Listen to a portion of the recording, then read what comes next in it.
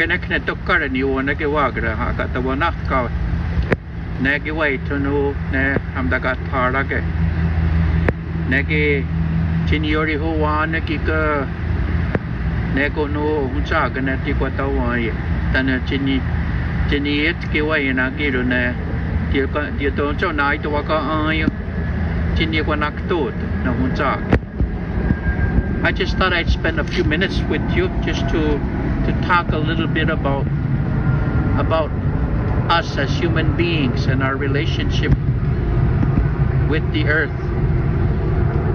And how and our responsibilities to live on this earth. The Creator at the beginning of the world, when He made human beings from the living earth, and when He was done, He gave us our original instructions that human beings are part of the earth. We're part of the cycle of life. Everything in life is interwoven together, and human beings, all the Creator, when He finished giving us our instructions, He picked up the living earth and He said to us, this earth is your mother. Always care for her, always love her, and always give thanks for the life that you have. And so we understand that to this day. And our ancestors, they left us with words which come before all things. And in those words, what it is the original instructions. It really talks about giving thanks from everything on the earth, our mother the earth, to the root life, to the grass life and the medicines, to the waters and the foods and the berries and the trees, to all of the things that live in the water world, to all of the things that run in the forest, the wild animals we call them, and all things in this earth, on this earthly part of the world. They're very special and they're all interrelated. Not one of them is more important than the other, but we all work together. And we also look at the sky and the winds and the suns and all the things that fly above our heads, the bird life. All again are intertwined and interrelated with this thing we call the living cycle of life. So when human beings now, when we walk upon this earth, you are being encouraged, a lot of you, to go out and walk upon the earth. Take a trip wherever it is that you will go. Take time to look at the earth. Take time to feel the wind blowing in your face. Take time to listen to the birds sing. Look at the grass and understand that how special it is just to have grass. And all around, everything that is life has medicine. The trees have medicine. The roots have medicine. The water is medicine to us. The birds give us their feathers and their oil and their meat. The deer is our medicine. It keeps us strong and makes us live. And also, and so as we walk upon this earth walk, we should always pay attention to all things on the earth. And we understand, again, all things are interrelated. All things are intertwined together. And everything works to keep the cycle of life going. And because the cycle of life continues and works, we live. And so every day when we open our eyes and we take another breath, then we should give thanks because the Creator has allowed us another day to live. And so this is some of the words I thought I would share with you at this time. So thank you for listening. Hello, everyone. We wanted to welcome you to our second annual event called Learning from the Land, which is an ongoing event that we've been doing out of the Faculty of Education. We started last year, and the idea is that we walk together to embrace what is Indigenous, what is Indigenous education, and how it is that we can learn from Indigenous education, move together. We had asked the Kahnawake community for a translatable term of what we walk together is, which is Skàtne Entewathahìta. I think I'll make sure that Gabrielle looks at that afterwards. And today we have two knowledge holders, Dr. Alex Wilson from the University of Saskatchewan and Gabrielle Doreen from McGill University, who's also a fellow PhD student in education. And we're looking at this as an event that is what we call a 5-walk run or walk organized by the Faculty of Education at McGill University to learn more about Indigenous education. This year's theme is land-based learning that will be broadcasted as a podcast or webinar with Indigenous knowledge holders. The event is an awareness campaign to promote knowledge sharing, building awareness, and learning from the land to expand our understanding of Indigenous perspectives and learning, especially during this challenging time. So our listeners, we hope, will capture the foundation of what is land-based learning. Its importance in education and environment and knowledge building for educators and learners. This year's 5K walk run will be done in the comfort of your own space, safely and virtually, where you venture into the outdoors, wherever you are, and stay connected with every step. Listen to the podcast and/or watch the images of the webinar, and let's learn together. So I'm going to read the bio here of our first speaker. Gabrielle is from the Tyendega Mohawk territory. Her Mohawk name is Lakotenikanahorare. You're going to have to correct me on that, which translates to "she watches over them." She attended the again Shatuana Karatat's adult immersion program in 2008 and has worked in different language practices in her community, including immersion school teacher and language apprentice. Gabrielle has earned her master's from the University of Saskatchewan, focusing on Indigenous land-based education. Gabrielle is a mother of 4 sons and has a grandchild. In her spare time, she likes to garden, kayak, bead, and make corn husk dolls. And also, Dr. Alex Wilson is from the Opaskwayak Crenation. Oh my God, you guys are going to have to correct my language here. And is a professor in the Department of Educational Foundations in the College of Education at the University of Saskatchewan. Her teaching and research focus on the land-based learning is focused on land-based learning, queering education, and sustainable housing.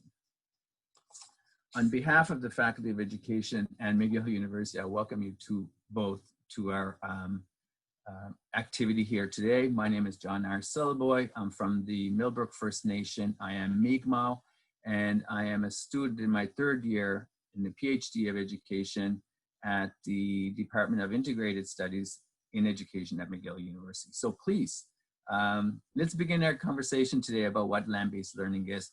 And I'll hand it over to you first, Gabrielle, to teach us a little bit about what you know about land-based learning and what is land-based learning and what is that for education. So I'll hand it over to you and I'll mute myself.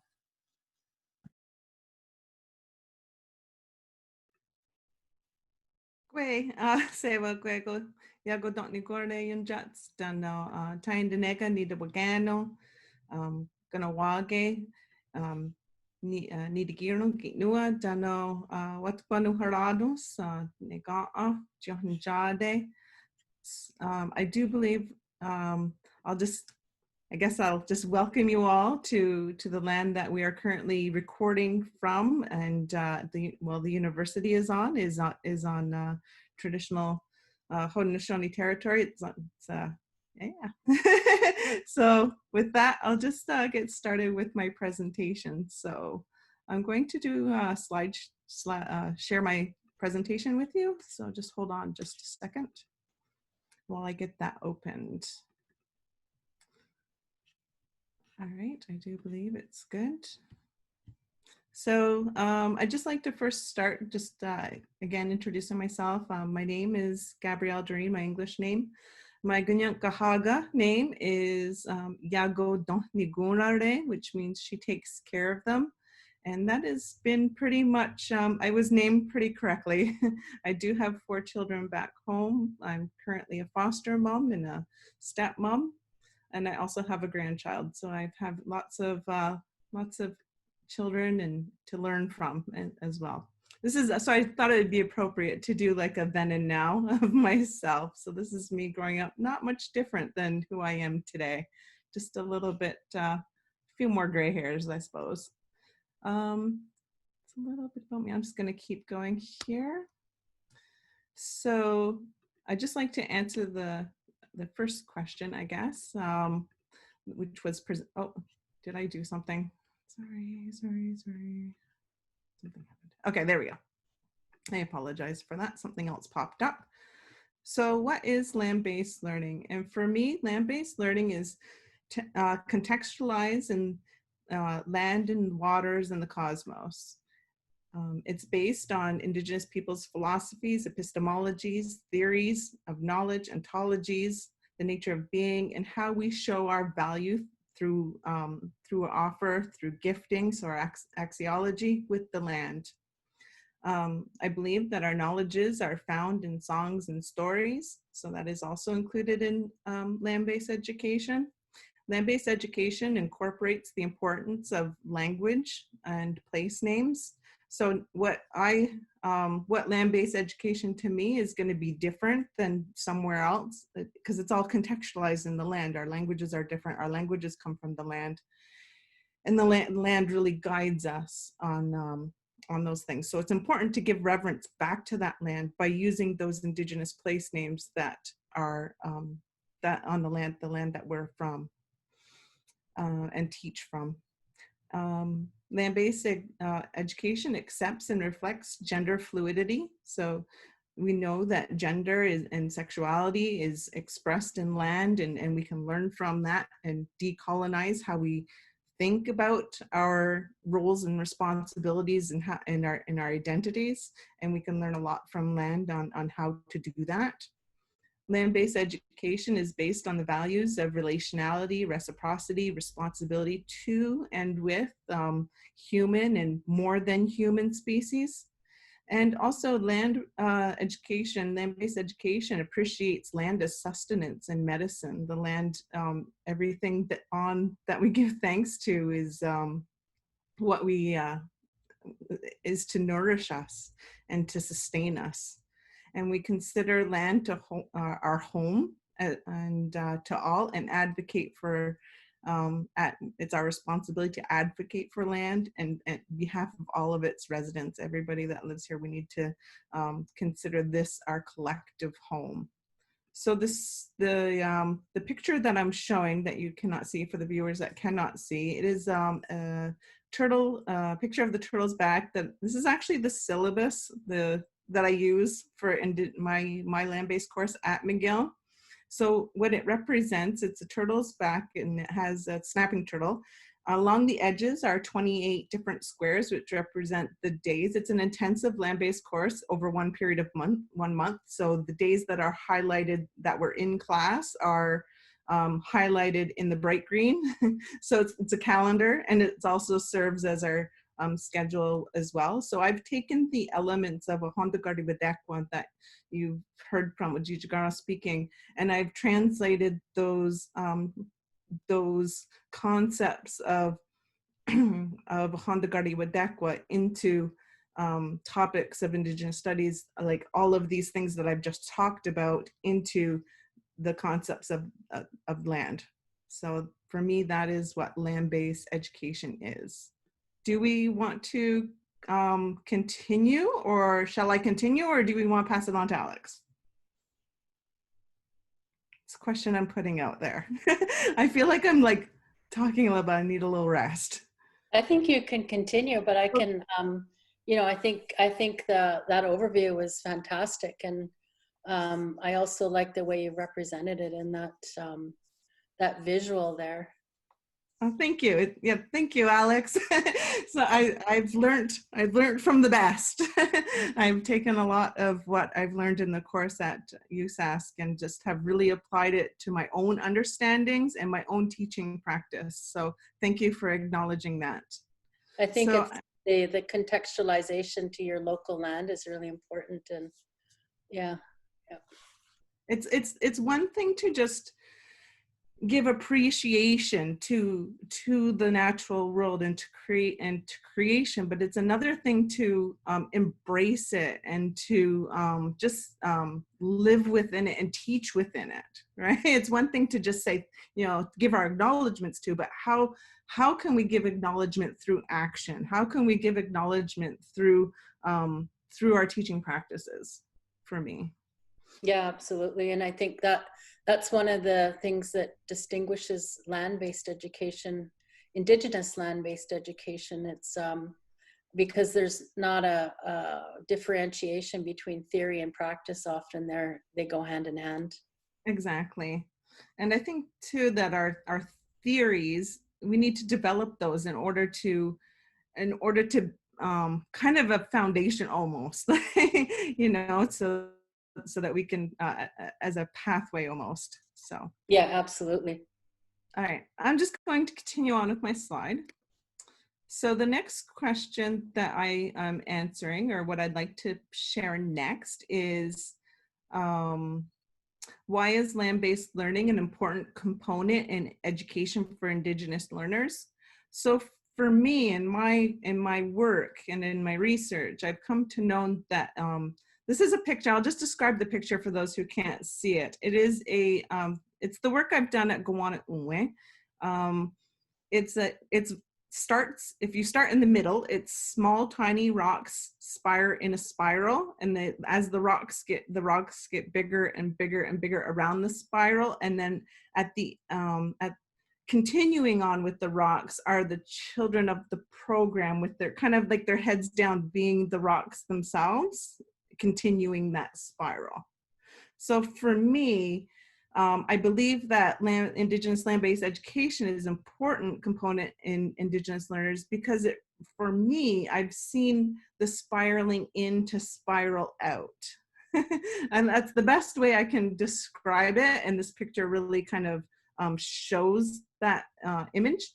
So when we teach children we teach children with the land, using our stories, songs, speeches, they understand who they are in relation with the land, and they connect with their ancestors, and they bring that ancient knowledge back into existence. So they are spiraling in to spiral out.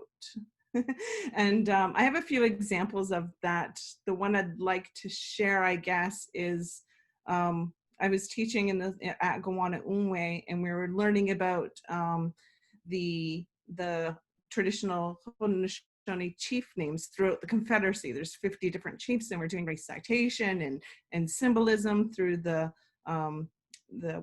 we have a condolence cane, so they were learning each symbol and learning the names. And one child, we were halfway through the names, and one child came to me one morning really excited, and he was like, Yagodotni Gorde, Yagodotni Gorde, Shiogaras Wakatetsos. I had a dream last night. And I was like, oh yeah, Nahoda. What's that? So he said, I dreamt, it was an immersion school, so it was all in Gunyageha. And so I'll just translate for you. He says, I dreamt that I was sitting in Longhouse with the chiefs of the 6 nations, of all the 50 chiefs, and I could understand each one of their languages. So by spiraling into our own, he was able to bring out the knowledge of the other languages within our Confederacy. So he was able to understand 6 languages within his dream. I just thought that was amazing, you know? He was so proud of himself, and I was too. I was like, wow, that's really, you know, teaching our kids our own, like it was just a rote recitation kind of exercise, but it really it impacted him, and those ancestors spoke to him through dream. I just thought that was amazing. So also in why it's an important component in education for Indigenous learners is that it really builds identity of who they are as Gunyunkahaga in my case, and acceptance of who they are. They are well grounded in identity, and they are able to face those kind of social pressures and of growing up and knowing who they are. So that's just from observation and research that being grounded in who you are really helps you in the long run, right? So it's the learning is also meaningful and conceivable. So for us, it's we have values of Skàtne Entewathahìta, which translate to peace, a good mind, and strength and unity. So when you teach through those, the learning is meaningful. It's like all the education theories are either based on head, heart, or hand learning. Well, we have our own theories based on those as well. So it makes it more meaningful because they're learning through their own, I guess. And I just like to point out that, I know we'll talk about it later, I guess, that Indigenous land-based learning is important for, like, not only is it important for Indigenous learners, but I feel that it's important for non-Indigenous learners as well to build those better relations. So any thoughts or should I keep going? Okay, I'm gonna keep going. So my next slide. So this is just another slide too. So that was the children at Gowana'uwe. This is our graduation picture from Alex's program, the Indigenous Land-Based Education Master's Program. And you can see the diversity within this picture. And just this was the final day of the celebration, having that celebration of finishing the program. So that's a picture of that. You should add that you had just canoed 300 kilometers. Yeah, we just canoed 300 kilometers off the grid on the Saskatchewan Delta. It was an amazing experience that really brought us all together and just confirmed the education and knowledge that we had received. It was really empowering. Just yeah. And the flags are from the different nations of the students that were in your cohort. So there's some of them there. Yeah. Like Haiti, the Kingdom of Hawaii, Pasquat Crenation, the Pride flag, Peguis, and then of course your purple flag there. I those look beautiful coming down the river on the big Voyager canoes. I remember empowering. It was empowering for me to receive my flag. I didn't think I was going to get it because I didn't bring it with me. I didn't have time or didn't have a flag to bring. So I messaged my friend, send me a flag, please. So she got it right away and sent it to your parents. And when I opened up the package, it was just overwhelmingly emotional because it felt like my people were with me, you know, in that journey and supporting me, not only the people present, but my ancestors too, in bringing this this knowledge forward and celebrating and being able to finish that trip. Yeah, it was really powerful. We don't normally have flags within our nations, but it's kind of a contemporary visual, I guess, and it really does bring home, though, you know, that identity and acceptance and knowing who you are and grounding yourself. It ties that kind of that representation. So this is another picture of Gowana'uwe children. They are they're picking strawberries. we had a big strawberry patch behind our school, and they would watch. They observe that patch every year until those berries came out, and this was their favorite time of year, was to pick strawberries. And sometimes you got to put you know, you have to put those core subjects just on hold just for a little bit, you know, to be able to just appreciate and form those relationships with the natural beings that are there. So this is one of the breaks we took to go strawberry picking at school.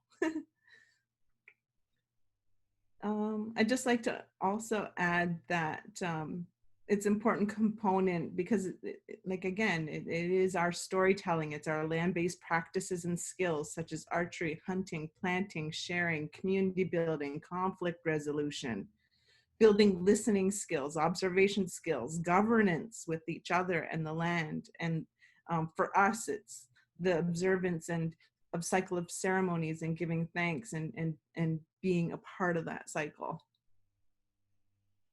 So why is land-based? Oh, before I go on, this is another picture I'd like to share. This is me and my fellow student, Krista, who, so Krista was a non-Indigenous learner, and we very quickly bonded as we actually went to the same grade school together and we met in Saskatchewan. So that was just a really good, like just that building those bridges. And this is a picture of us at the camp in El Pasco at Crenation on clear water.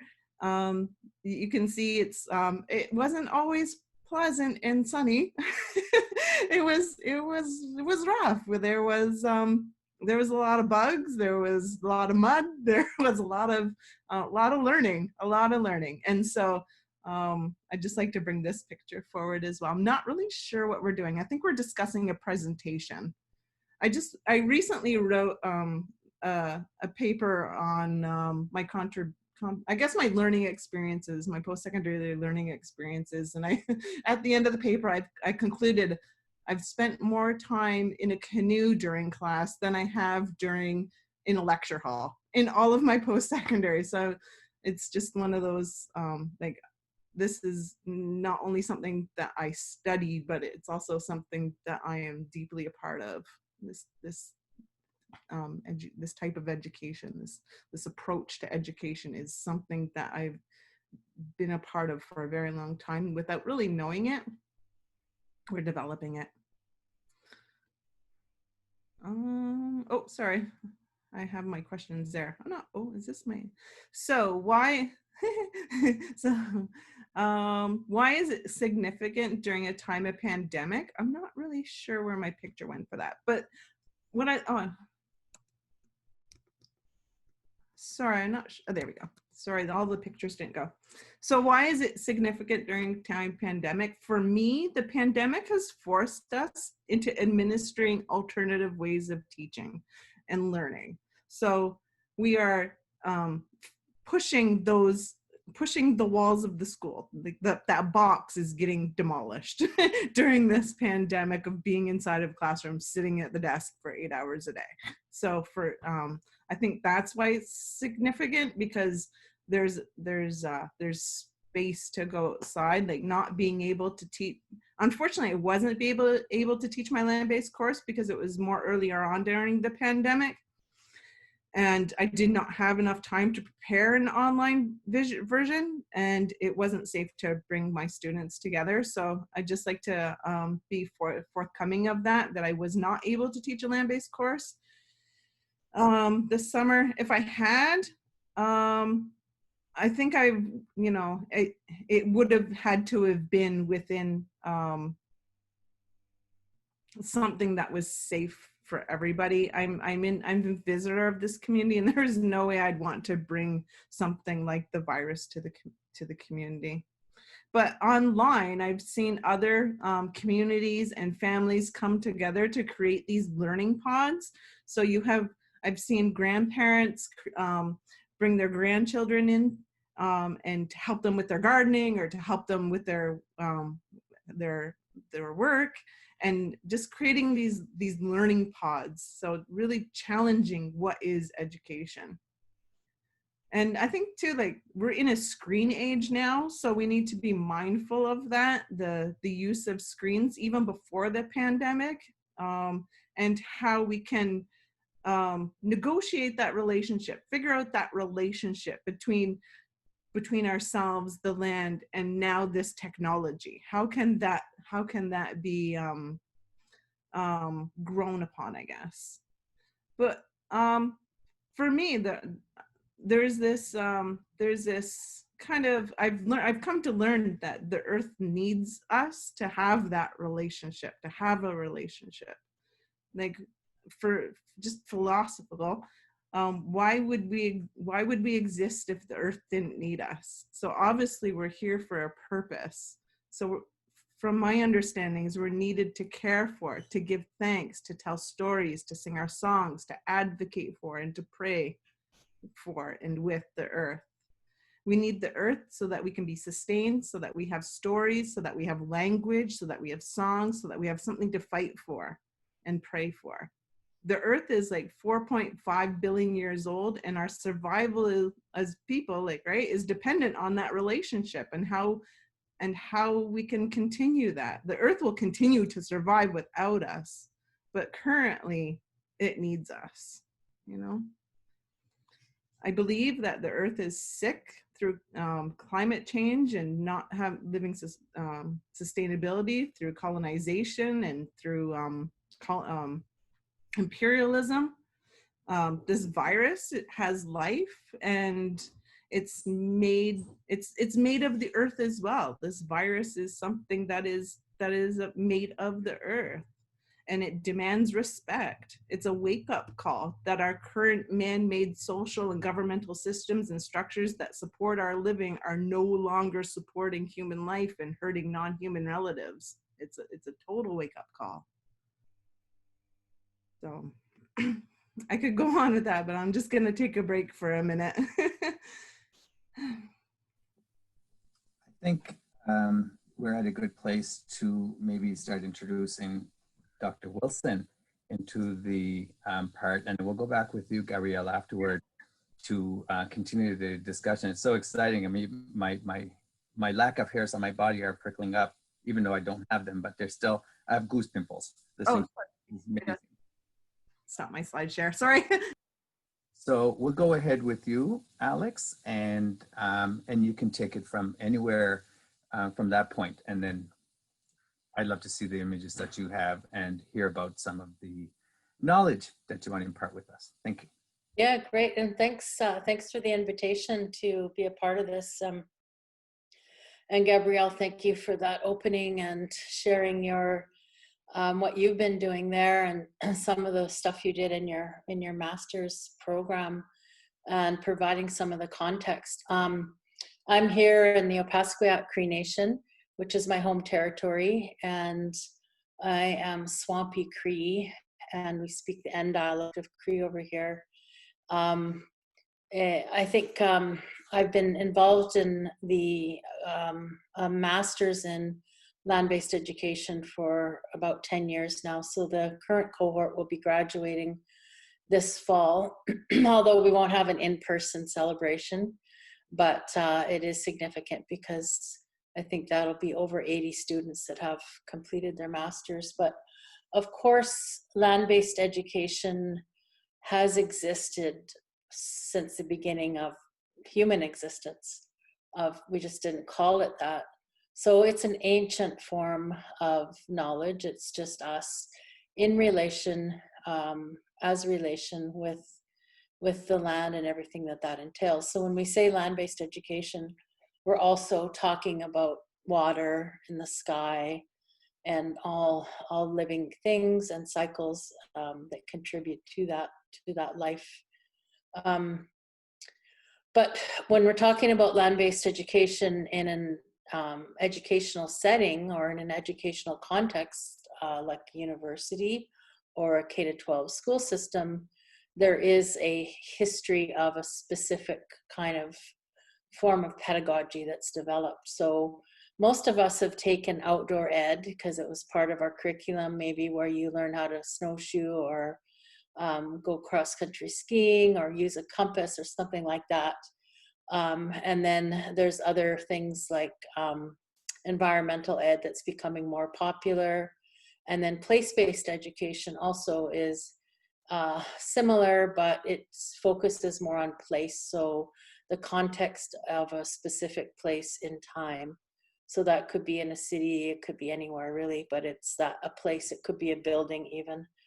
And then we started to see this eco-pedagogy movement starting in the 1990s or so, and it was articulated and developed by Brazilian scholar Paulo Freire. And some of you, if you're in education, you'll be familiar with his name because he really was a brilliant person that impacted pedagogy for most of us, and most of us as teachers were familiar with his work and have been influenced by it.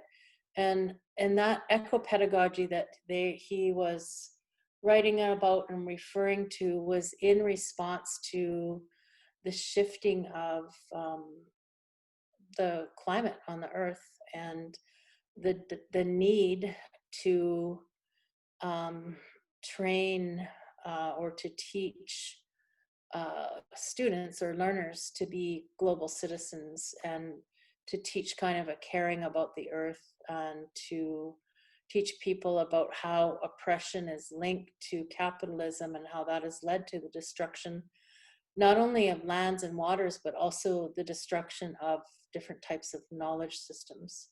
So that eco-pedagogy informed what we today call critical environmental ed.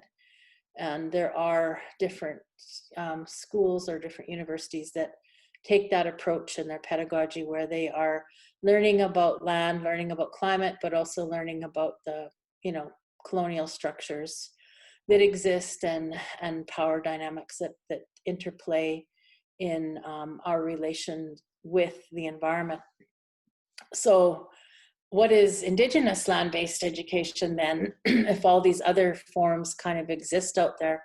Indigenous land-based education, and Gabrielle did a really great job of outlining or of talking and demonstrating some examples of what exactly Indigenous land-based learning is. And it does come from an Indigenous paradigm first and foremost, meaning that it is grounded in Indigenous knowledge and validates Indigenous knowledge. And then from there, that's the starting point.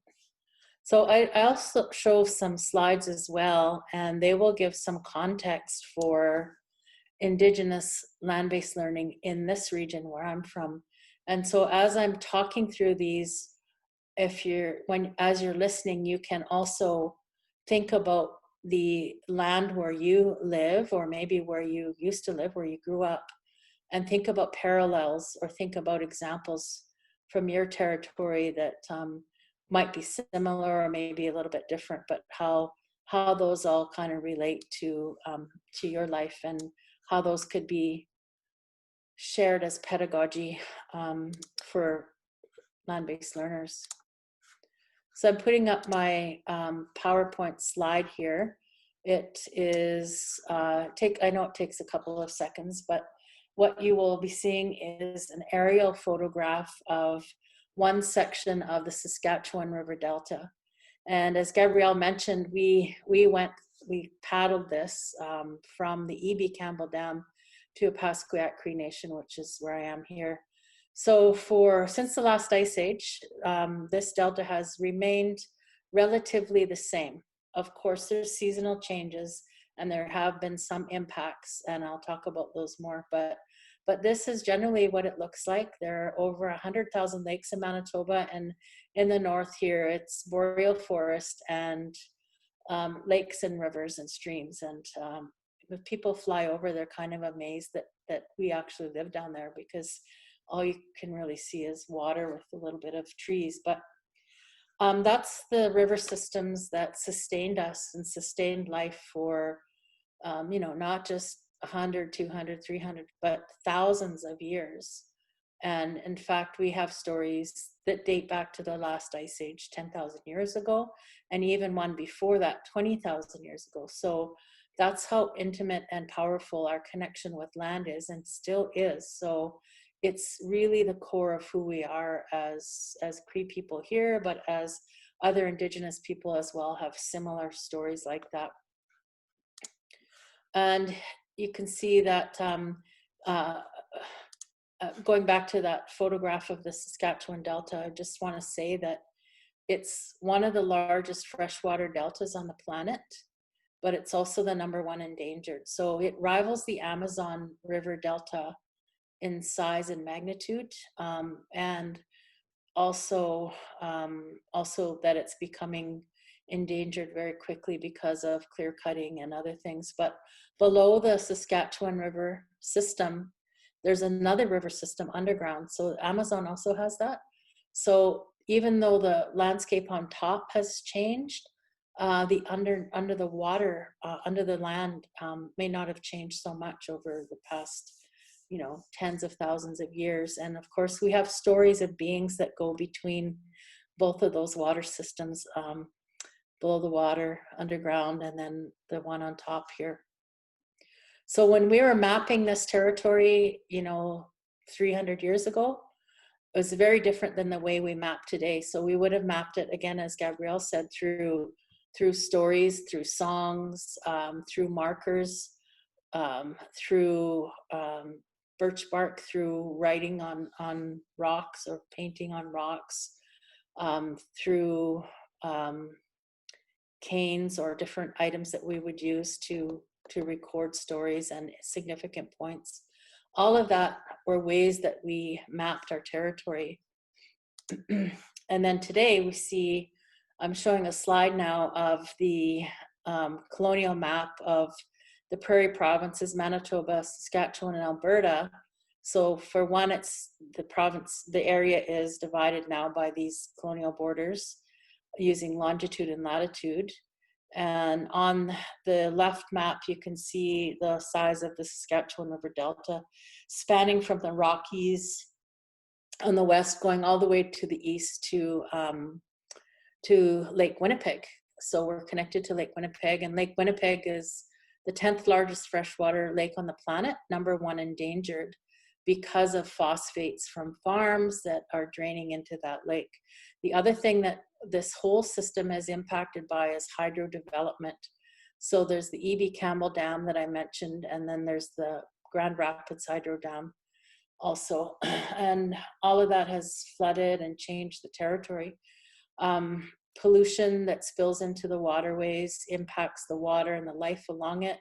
And the further east you go on the water system, on the lake river system, the more Indigenous communities, First Nations and Métis communities there are. So we are bearing the brunt of the contamination. So there's a parallel process that's happening whereby our land has been extracted for resources such as fresh water, as minerals, you know, uranium, metals, and oil, natural gas. And then the same thing has been happening to Indigenous bodies and our knowledge. So these processes are happening simultaneously. And so the impact is felt in a compounded way by people that are furthest away from cities or further down the waterway system. So Indigenous communities in the north. And another huge impact on our territory has been an American corporation called Ducks Unlimited that have built thousands of connector waterways, man-made, to drain our lakes, drain our swamps, under the guise of protecting it for waterfowl, creating wetlands. But really, in some of those areas, there's no waterfowl anymore. And so it's impacting the migratory birds, and it's impacting our hunting and trapping lifestyles that we've lived for thousands of years. There's so I'm talking about mapping in a different way now that enables people to control and extract resources and knowledge. The next map I have next to it is the Range Road Grid Map. And if any of you have ever flown over the Prairie Provinces, in the summer especially, you can see that there's almost a gravel road for every range, the way that it's mapped out. So it looks completely like a big map with lines vertically and horizontally. For each one of those squares on that map, there's a monetary value attached to it. And next to this, I have the real estate map. So I've shown how you can click on one of those squares, Range Road Grid, and then you can see the estimated value for that piece of land. And then below that, I've got the Canadian well oil grid, and they describe it as elegant, logical, and easy to understand. So it's not only the surface of the land, but also below it, and the monetary value of the natural resources below that land there. So it's a very different way of thinking about the land and the landscape. And so this understanding this is all a part of what Indigenous land-based education is, because when we understand where we've come from, we understand the current context, then we can understand how to protect it. So inherently it is about land protection. I mentioned that the area is the boreal forest. It's old growth boreal. And I'm showing a picture of a pile of logs. It's about 0.8 of a kilometer long. And there's two things about this photo. One is that it's in February and there's green grass. So that's highly unusual for our territory, where normally it's cold, the coldest month, with lots of snow. And it's old growth boreal, meaning this is the first time that forest has been cut. The fibers are long and they're strong. So old growth boreal is highly desirable for certain types of papers. So all of this pile here was chipped into wood chips, and then that was made into special craft paper, SPK, and its specialty is for bags for cement and bags for pet food. So our wood here goes mostly for paper bags that's shipped all over the world. The irony in that colonial economics is that we have a huge housing crisis here, and we measured this pile and how much wood is it in it, and there was enough wood in this pile to solve the housing crisis in northern Manitoba and Saskatchewan, but yet, you know, it's going for pet food bags. So there's something wrong here, and that is, as I mentioned, colonial economics, but also this severing of land-based knowledge that has happened through policy and practice. And the education system has really been complicit in that. Now, if you ask the question, if you think of these old growth boreal trees as the elders, and here they're all cut at the same time, how does the next generation of trees learn to be trees? It just shows how much knowledge is gone when that generation is severed. And that term for that is epistemicide, the severing of land-based knowledge. So genocide is happening and epistemicide is happening simultaneously. And the next photo just illustrates or demonstrates other examples of this clear cutting in northern Saskatchewan, and then trees falling, and that's in Finland in their boreal forest, where the trees have fallen because of the permafrost melting. Similar thing is happening here as well, because their root system is not frozen. When the first snow comes, it's too heavy, especially if it's a wet snow, and the trees are just toppling over. There's only a couple of protected forests left in Finland. And the bottom picture that I've got here is one that I took there of a plantation forest. So they also call them Mick forests, like McDonald's and McForest. And when I asked the question, how does the next generation, you know, learn if the last generation's cut down? Well, this is your answer. And like the trees are just standing, they just, if you can't see the photo, it's just straight trees, no undergrowth, hardly any branches, and that's a plantation that IKEA owns. So, you know, and that's a kind of a schooling system where there's no kind of interaction and a different kind of way of learning. I gave a couple of examples also, the connection to food sovereignty, and I know Gabrielle's been working on that. We're working on it here as well, but this is called the muskrat quota, and I have a photo of my grandfather Charlie Wilson's muskrat quota. So it gives the year, the area. So what they've done is they zoned our territory and then told us how much we can catch our quota, and it records how much we did catch. So it's a way of regulating food and way of regulating livelihood. The other thing is it's just under my grandfather's name, even though of course my grandmother was there too. So all of these processes are gendered and often don't take into account, you know, the realities of the way that we lived and continue to live, that recognizes it recognizes that we weren't patriarchal societies. And then another photo I have here is from out east, which probably close to where John's territory is from, but this is New Brunswick, I believe. And the Irving Oil Company, Mr. Irving was the president of Ducks Unlimited for a number of years. And when he retired as president and CEO, his comrades or his co-workers or his colleagues, whatever you want to call them, carved this gigantic Ducks Unlimited duck head into the ground there. And that has been there for 25 or 30 years now. Just kind of demonstrates a different relationship with land, where branding and capitalism kind of are so much a part of it. So what all of this is saying is that there's a requirement for an ontological shift. And this is where non-Indigenous people can kind of come in and understand or be a part of Indigenous land-based education.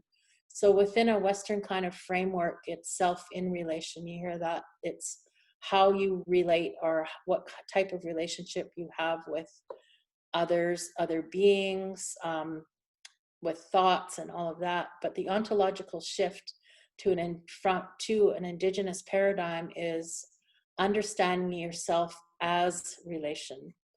And so that's, that could be a whole webinar just in itself, talking about what that means, or being on the land, seeing what that means. So that's something that we'll kind of, we can discuss later, people can think about as they're walking, or, as they're listening to this. And then I just wanted to kind of end with this photo. Again, it's students in our cohort paddling, and we were going to some rock paintings to learn from those, and also learn from that lake there. Yeah, so that's what I wanted to share in terms of the images, and we can maybe open it up for more of a dialogue now around some of these questions that you framed for us, or around anything else really.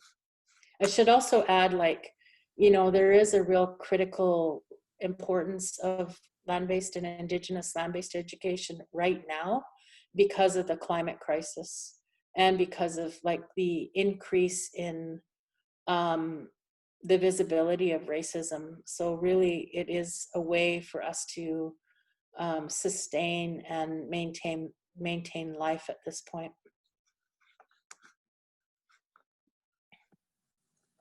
What incredible content. I'm so privileged and humbled by this amount of knowledge. We're around the 48-minute mark, and I hate to be so linear about the time frames and everything, but you both have mentioned very critical points around land-based education and its impact on education, pedagogy, Indigenous education, and from all perspectives, even including the fact that it is something that we have to take into consideration when we look at our relationship with our surroundings and environment. I think you've really brought it to a very important place where we can start looking at then, how is this a component that's important and meaningful as a perspective in moving forward in reconciliation? How can this reconnection to culture and land be part of reconciliation? And how do we teach that? I'll leave it to you both to answer that.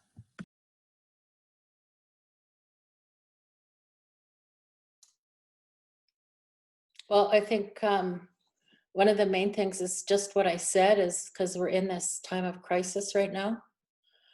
If people don't understand what's happening to the environment, there's a level of denial and then not caring. So if we're doing land-based education, that's part of it, that we are able to first create awareness, but also action. So land defense, or any kind of action that's undoing epistemicide, or recognizing that genocide existed even is a big step.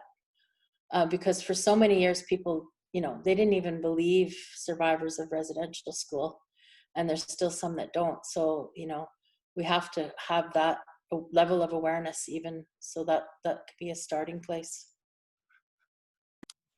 I agree with Alex that there needs to be this kind of awakening of non-Indigenous people to our truths, to not only our truths but the truths of the land, and looking at this other perspective. And some I know a lot of my non-Indigenous students are just beginning that process of understanding the relationship between the state and Indigenous people. So I think it's really a starting point to teach from, and because this land is home to us, that we need to include land and let and teach from that perspective. But starting that awareness process of, this is our reality. This has been our reality since 1492. This has been our reality, and that's shocking for a lot of non-Indigenous people, but it also opens that conversation up so that we can start looking at how to work together to be able to do some social justice work together. So it's that building that awareness first, and talking about roles and responsibilities and relationship that on this land that we share. Yeah, and I think another thing that's happened is with the reconciliation or indigenization processes that educational institutions have attempted, it's been very superficial. And so it's really easy for it to be stereotypical and superficial. So it's important to get to the deep knowledge. But in order to get there, you have to first understand the processes that have worked to try and disrupt the transmission of knowledge. So you can do land-based education without appropriating Indigenous culture and Indigenous knowledge, simply by starting to understand the colonial context and looking around in your local area and seeing, like, okay, what has happened here? A lot of people, like, you know, if you ask them where they get their water, most people don't know where their water comes from. But yet they're drinking water, they have safe water, and many First Nations don't. You know, what is the history of the land that you're on? So that's a really good starting place for people. And if they're on their walk right now or listening to this, you know, stop and think about what land you're walking on. Who gave you consent to be there? Or do you have consent to be there? So then you start having another conversation around, you know, around relationships and consent and domination and, you know, that whole ideology of manifest destiny. I'd just like to add on to that too, that these conversations can happen within classroom. Land isn't somewhere that's out there or out in the bush. It's not somewhere that is somewhere far away and untangible. Like, that's just a way to erasure of land. Land is where we're at, and whether that be in a university classroom or in the bush or on the water, it's all land. Whether we're in the city, whether we're in on the res, land is everywhere. So those conversations are land-based education conversations, even if they're happening in the classroom, and that those conversations are the ones that need to start happening. I can't stress that enough, is that dialogue of where we're at and the history, and, like Alex said, the consent of not only of people, of non-human species as well. Yeah, absolutely. Like an example, a lot of people are using the medicine wheel in their classrooms now. It's not something that's Indigenous to where I'm from. And obviously it's English language, so it's a contemporary kind of creation. And there's a school in Winnipeg, a middle school, that contacted me, and we've been working together. But this morning, I did a Zoom in with them, and it was all the sixth graders in their different classroom pods, learning pods. And instead of talking about medicine wheel, we talked about celestial circles, observation of the moon and the sun and the seasons. And so they're going to start creating their circle on Tuesday, which is the fall equinox. So we discussed how they might do that, and the protocols around that, and where they're going to place their first stone when that sun rises, and their second stone where the sun sets on that day. So there's so many exciting ideas about, you know, why they would do that, and then connecting to their own ancestry, you know, where people, those were our calendars, and every culture around the world has something similar to that. So that's a way in a city where these students are learning and doing land-based education that way, rather than like a kind of clip art medicine wheel thing where they're just adding things into it. So that's a way to get to deep knowledge and also impact the learning. And I think too, if non-Indigenous educators don't have the capacity to bring in knowledge holders, definitely, instead of just going off something that they found on the internet and repeating, you know, knowledge that or information that might not be correct. Bring in the people, you know.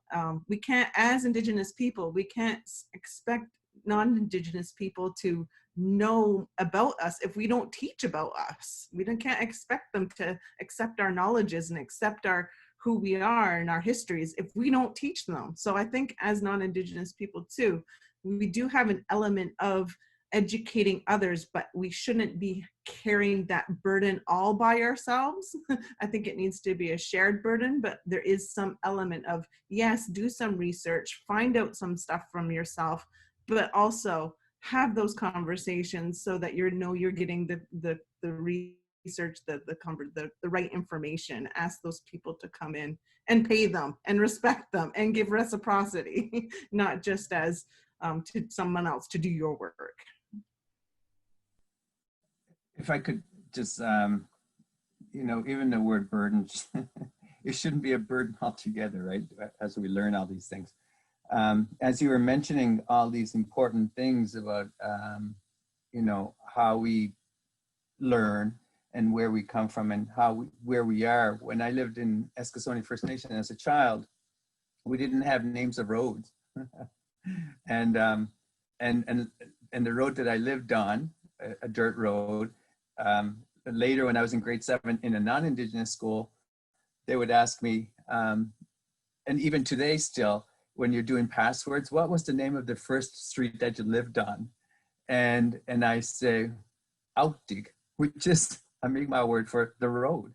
You know, I mean, there was no name of that road, but I would say we lived beside Sulian, or Nesudu Wigiaptan Wigip Sulian. I would have said I lived beside Sulian, or I lived across the cove from Elder Albert Marshall, and you know, that kind of thing. So it was, you know, it was a place name where I was at, not the name of the road.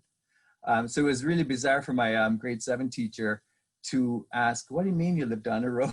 I said, well, we didn't have, you know, there was no number on our house and there was no street name on our street. It just was that. It was so bizarre to this person back in grade 7 at this non-Indigenous school that I would, you know, regard that way. And then they would say, well, what was the name of the area you lived in? And I said, Hanzibug, which is, you know, across the river. and again, she said, oh, I give up. I don't know how to explain that.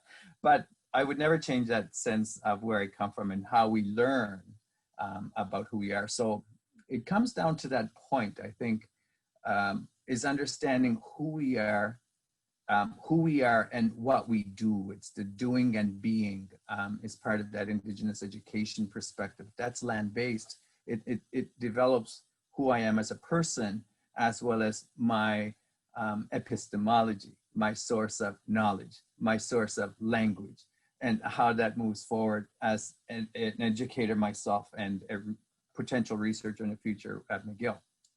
So I'm getting to this point where, as fellow Indigenous students, and I think this is where we have to tie it in with the First Peoples House and how we provide services for Indigenous people on campus, and this exists in many different campuses. How is it that land-based education provides supports, or how is this important for people that are on campuses learning? How is that important for Indigenous students as well? I can speak to that a bit. I'm currently co-writing a paper with a previous Indigenous student in my that took the land-based Haudenosaunee pedagogy class, and this is the very question that we're asking, and that we're having this conversation on what the paper will be based on. But it's really they see themselves. They are validated in who they are. Even though this person wasn't Haudenosaunee, they were Cree, it's an affirmation of who they are within the university system, within it, especially within a university system that doesn't serve well to representation of Indigenous people. So it was a grounding really for that to speak on behalf, just the conversations we have, to ground that student, to affirm that yes, our ways are important. Yes, they are, like Alex said, they are applicable. There needs to be reverence given to our ways of knowledge. And it's just important, I guess, is, I don't know how else to describe it. I'm kind of lost for words right now, but it was like, for me, teaching in the university setting, land-based education, it was just for an undergrad, when they're constantly being told that, no, you can't write about your way. No, you can't tell me what I told you about this theory of knowing, and retell me what I just told you about this topic. You cannot put in your own input of your own knowledge from your own community. So it was just an affirmation for that student that her community knowledge, that student came with knowledge, and that knowledge is important. It's also for teaching that land-based education class, it allows students to think about, and so I teach it from a Haudenosaunee perspective, but it's transferable, those knowledges and systems, and those how do you apply this to your own Cree way, right? Even though you're away from your family, away from your community, it brings this holistic feeling into that, like that you're not so far away from your own community and your own family, because the land is still, embracing you, within a university setting. So I think for that student, it was just like a way to take a break from this colonial system that we're in, and to really just embrace who they are, and know that their knowledge systems were applicable and important within academia.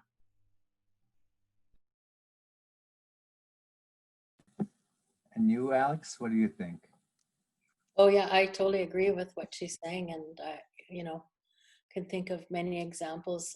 Like some people have avoided going back to university if they have a undergrad, and I think that's how our program got started, is because people were saying, well, I want a master's, but I just, I want it to be culture-based and language and land-based. So that's how it got created.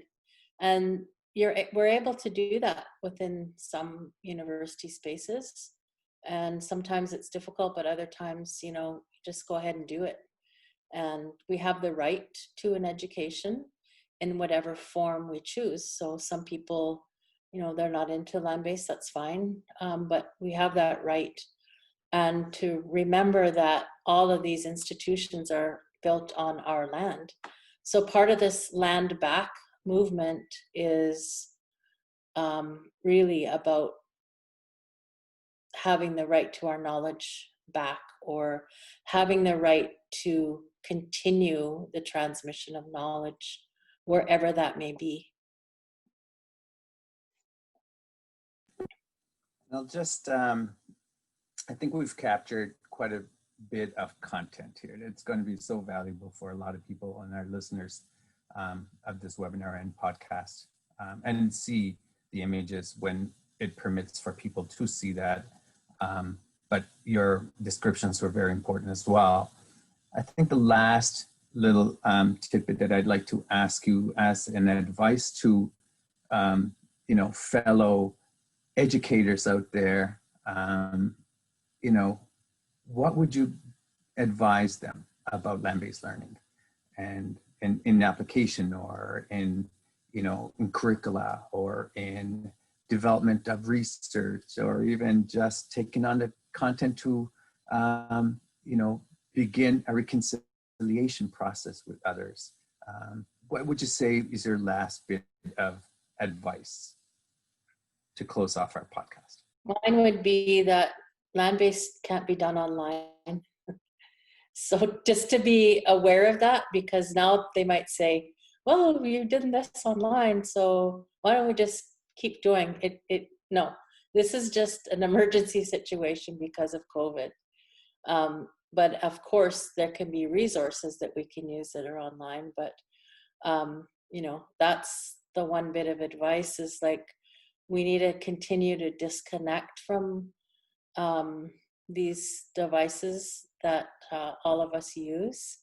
So to challenge yourself to be a model for doing that, turn off your phone or whatever, that it's possible. And that I think that I see a lot of hope in what's happening now too, where people are, like Gabrielle said, they are doing things with their families or with their pods or their bubble, even if it's just going outside and watching the sunrise together. Can you imagine how beautiful that would be if kids actually knew where the sun was going to rise, where it might set, and watching the sky and slowing down.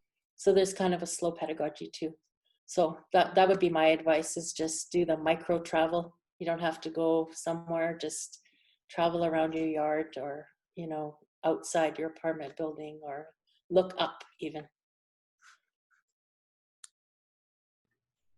I would like to echo Alex in that, get outside, get outside, observe within your space, if it's your yard, or even your around your block, or if you're in the city, anywhere. Just get outside and observe, and make note of changes, and make note of those the sounds that you hear, the smells that you smell, the things that you see. Just make note of those things, and next time you go out, see if it's the same sounds, see if it's the same smells, see if it's the same things that you see. How are those things changing?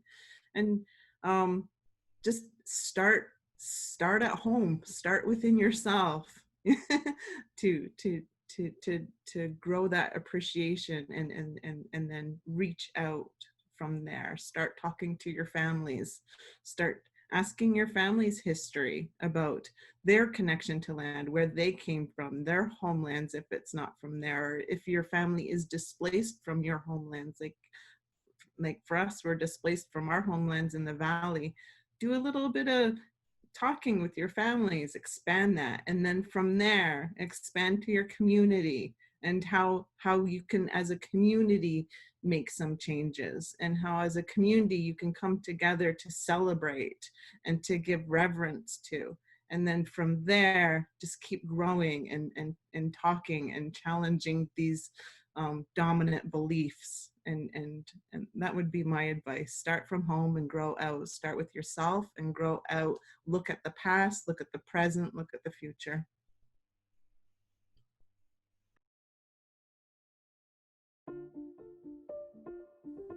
I think that's an excellent place where we could leave our podcast and webinar.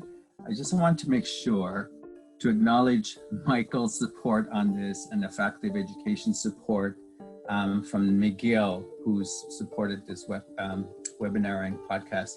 As we walk together, as we move together, when we look at, we started this activity as something that we wanted to bring people together to learn about what Indigenous awareness and education should be. We started last year with the Orange Shirt Day. We had a very positive response to that. And this year, this is the topic that we're talking about: land-based learning, land-based education, and all of those rich sources of knowledge that you all shared. We will share a list of resources around land-based education. If you have any lists to share with us, we would like to share those as well. We will put them up on the Faculty of Education website, but we also will share them on the McGill general website as well, so that people have access to those. And we want to make sure that we acknowledge the fact that our elders are part of this whole process, and that we can't do it without their involvement, and knowledge holders in process of being elders like yourselves that are going to take this to another level. And this is important for us to collaborate with and work with. And I'm walking away with a lot of knowledge and a lot of hope that we are on the right path to this. And what we had always said about this We Walk Together activity is to empower people to have a sense of responsibility and accountability to assume their role as champions for transformative change. We can't have that without allies, with others, with everyone, and making sure that we do it in a sustainable way, we do it in a responsible way, in a meaningful way, and most importantly, respectful. So thank you very much for your input, Dr. Wilson and Gabrielle. And again, we'll turn this around and make sure that we shared it broadly. So, walalio. Thank you very much. I appreciate you and I love you both. Thank you very much, and we'll talk soon.